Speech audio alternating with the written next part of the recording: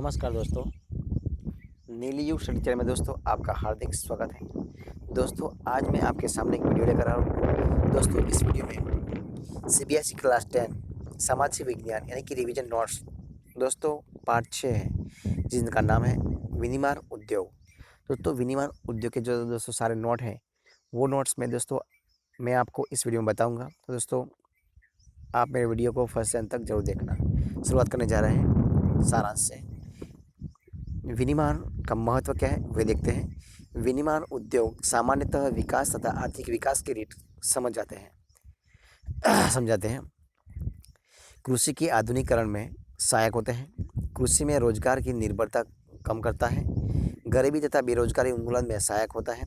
क्षेत्रीय असमानताओं को कम करते हैं। वाणिज्य व्यापार को बढ़ावा देते हैं। विकसित देश बनाने में सहायक होते हैं। दूसरा पॉइंट, लोहा तथा इस्पात उद्योग एक आधारभूत उद्योग सभी भारी हल्के माध्यम और माध्यम उद्योग इनसे बनी मशीनरी पर निर्भर है। इस्पात के उत्पादन तथा खपत को प्रायः एक देश के विकास का पैमाना माना जाता है। इस उद्योग के लिए कच्चा माल लो अयस्क कोकिंग कोल तथा चूना पत्थर का अनुपात 4:2:1 है। कठोर बनाने के लिए मैंगनीज की आवश्यकता है। निर्मित माल को बाजार तक पहुंचाने के लिए सक्षम परिवहन की आवश्यकता है। सार्वजनिक क्षेत्र के सभी उपक्रम अपने इस्पात के स्टील अथॉरिटी ऑफ इंडिया जबकि टिस्को टाटा स्टील के नाम से उत्पाद को बेचती है। लोहा इस्पात उद्योग का पूर्ण सामान्य का विकास नहीं कर पाए जिसके निम्नलिखित कारण है। देखिए कौन से कारण है वे हम देखते हैं। उच्च लागत तथा कोकिंग कोयले की सीमित उपलब्धता, कम श्रमिक उत्पादकता, ऊर्जा की अनियमित आपूर्ति, अविकसित अवसंरचना। देखिए नंबर 3, औद्योगिक प्रदूषण तथा पर्यावरण निर्मीकरण। यद्यपि उद्योगों की हमारी अर्थव्यवस्था के विकास में महत्वपूर्ण भूमिका है पर यह प्रदूषण को भी बढ़ावा देते हैं। वायु प्रदूषण, देखिए कौन सा प्रदूषण सबसे पहले देखिए वायु प्रदूषण।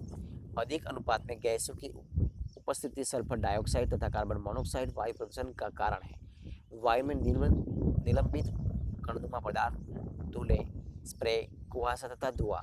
वायु प्रदूषण मानव स्वास्थ्य, पशुओं, पौधों और इमारत तथा पूरे पर्यावरण पर दुष्प्रभाव डालती है। जल प्रदूषण, उद्योगों द्वारा कार्बनिक तथा अकार्बनिक अपशिष्ट पदार्थों के नदी में छोड़ने से जल प्रदूषण फैलता है। कुछ उद्योग हैं जो रंग, अपमार्जक, लवण तथा भारी धातु ये कृत्रिम रसायन आदि जल में वांछित करते हैं। तापीय प्रदूषण, परमाणु ऊर्जा संयंत्रों के अवशिष्ट पर परमाणु शस्त्र उत्पादक कारखानों में से कैंसर, जन्मजात विकार तथा अकाल प्रसव जैसी बीमारियां होती हैं। ध्वनि प्रदूषण, ध्वनि प्रदूषण से खीनता तथा उत्तेजना ही नहीं वरन श्रवण अक्षमता, हृदय गति, रक्तचाप तथा अन्य कायिक व्यथाएं भी बढ़ती हैं। आगे देखते हैं नंबर 4, पर्यावरणीय निर्मीकरण की रोकथाम। जल को 2 या अधिक अवस्थाओं में पुनः चक्रण द्वारा पुनः उपयोग किया जा सकता है। पदार्थों को प्रवाचित करने से पहले उनका शोधन करें, जिसके 3 चरण हैं। देखिए कौन से 3 चरण हैं हम देखते हैं। नंबर 1, यांत्रिक साधनों द्वारा प्राथमिक शोधन। नंबर 2, जैविक प्रक्रियाओं द्वारा द्वितीयक शोधन। नंबर 3, जैविक, रासायनिक तथा भौतिक द्वारा तृतीयक शोधन। निम्नलिखित प्रश्नों के उत्तर देना है हमें। 6 प्रश्नों हैं। देखिए सबसे पहले प्रश्न देख लेते हैं। नंबर 1, देश के आर्थिक विकास उद्योगों का क्या योगदान है, विवेचना करना है। दूसरा प्रश्न, लोहा इस्पात उद्योग को आधारभूत उद्योग क्यों कहा जाता है। नंबर 3, लोहा इस्पात उद्योग में कौन सा कच्चा माल प्रयोग होता है। नंबर 4, पर्यावरण निर्मीकरण में औद्योगिक विकास किस प्रकार बढ़ावा देता है, आलोचनात्मक विवेचना करें। नंबर 5, पर्यावरण निर्मीकरण को कम करने के सुझाव दें। नंबर 6, कौन सी एजेंसी सार्वजनिक क्षेत्र में स्टील को बाजार उपलब्ध करती है। देखिए उनके सबके आंसर, पहला आंसर है देश के आर्थिक विकास में उद्योगों का योगदान निम्नलिखित है। देखिए कुछ किस तरह है। नंबर 1, उद्योग किस देश के अर्थव्यवस्था और लोगों के जीवन में महत्वपूर्ण भूमिका अदा करते हैं। नंबर 2, उद्योगों द्वारा देश की एक बड़ी संख्या को काम करने के अवसर प्रदान होते हैं और उनकी जीविका चलती है। नंबर 3, उद्योगों को देवों के द्वारा लोगों ने दैनिक जीवन में काम आने वाली वस्तुओं का निर्माण किया जाता है और उद्योग लोगों की दैनिक आवश्यकताओं को पूरा करते हैं। नंबर 4, उद्योगों के द्वारा निर्मित वस्तुओं देश विदेश में बेचकर विदेशी मुद्रा कमाई जा सकती है, जिससे राष्ट्रीय धन से वृद्धि होती है। दूसरा प्रश्न, लोहा इस्पात उद्योग एक मूल या आधारभूत उद्योग है। इसके मुख्यतः कारण इस प्रकार है, देखिए कौन सा है उनमें। देखिए मुद्दा है, पहला पॉइंट, लोहा और इस्पात उद्योग पर अनेक अन्य उद्योग निर्भर करते हैं, जैसे चीनी उद्योग, सीमेंट उद्योग, कपड़ा आदि। बाकी सभी उद्योगों की मशीन है और कल पुर्जे लोहा और इस्पात उद्योग पर निर्भर करते हैं। नंबर 2, लोहा और इस्पात उद्योग पर देश की आर्थिक प्रगति निर्भर करती है। नंबर 3, लोहा और इस्पात उद्योग और इस पर निर्भर अनेक उद्योगों से हजारों लोगों को काम धंधा मिलता है, जिसके परिणाम स्वरूप उसका जीवन सुखमय और खुशहाल हो जाता है। नंबर 3, लोहा अयस्क का प्रयोग लोहा इस्पात उद्योग में कच्चे माल के तौर पर किया जाता है। देखिए प्रश्न अब 4 देखते हैं। पर्यावरण निम्नलिखित में उद्योग निम्नलिखित प्रकार से बढ़ावा देते हैं। देखिए अब उनमें पहला पॉइंट, हवा में धुआं और अन्य हानिकारक गैस छोड़ना।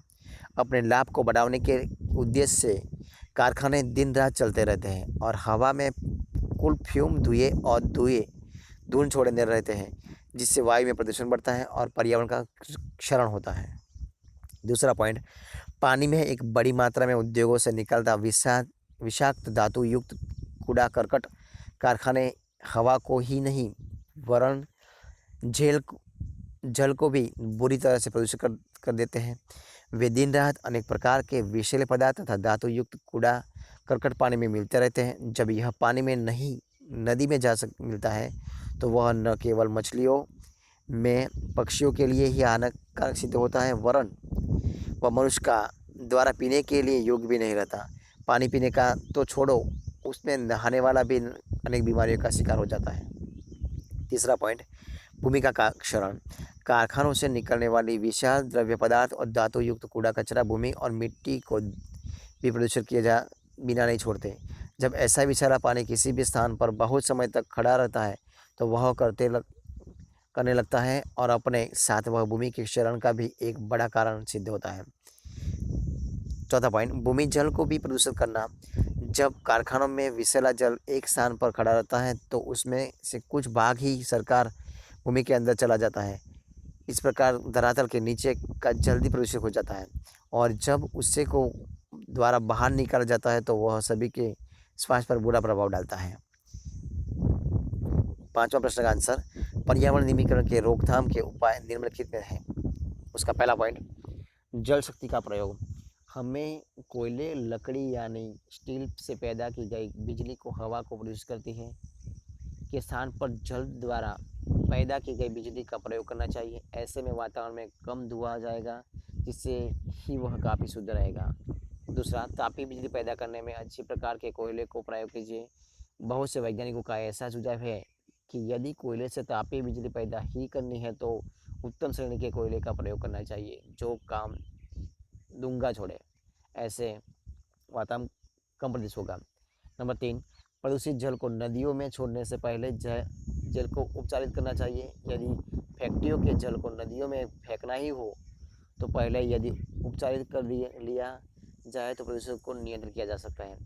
प्रदूषित जल की पुनः चक्रीय प्रक्रिया अच्छा हो यदि फैक्ट्री से निकलने प्रदूषित जल को ही इकट्ठा करके रासायनिक प्रक्रिया द्वारा उसे साफ किया जाए और बार बार प्रयोग में लाया जाए।